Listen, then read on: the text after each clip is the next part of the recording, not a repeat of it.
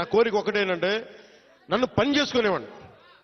మీరు నా మీద పడిపోతే రోడ్డు వేసారని ఇందాక అడుగుతా ఉన్నా, రోడ్డు వేద్దామంటే కనిపించలేరు. మీ అందరికి దండం పెడతాను బాబు, నాకు రోడ్డు చూడండి ఇవ్వండి అని.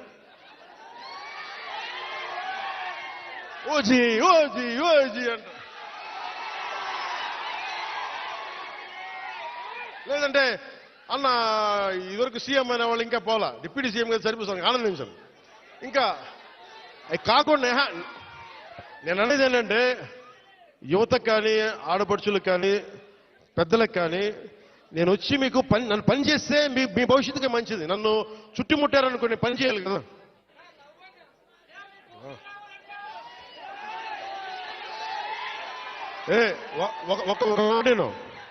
ఒక మాటేనండి.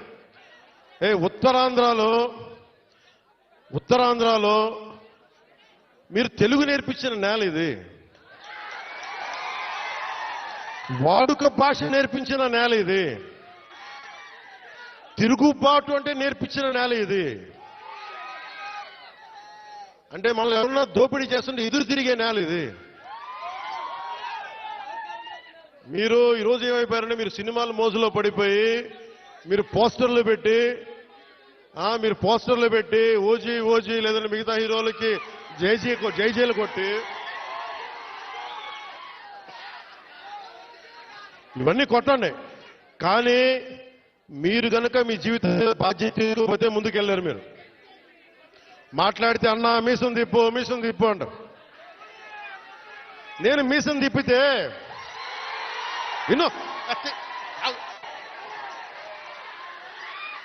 నేను మీసం తిప్పితే రోడ్లు పడవు, అర్థమైందా? నేను ఛాతీ కొట్టుకుంటే రోడ్లు పడవు.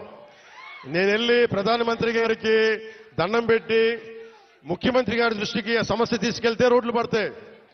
అందుకని మీసాలు తిప్పడాలు ఛాతీలు కొట్టుకోవడాలు నాకు చేతగావు. పని చేయడం తెలుసు, నాకు పని చేయనివన్నాను.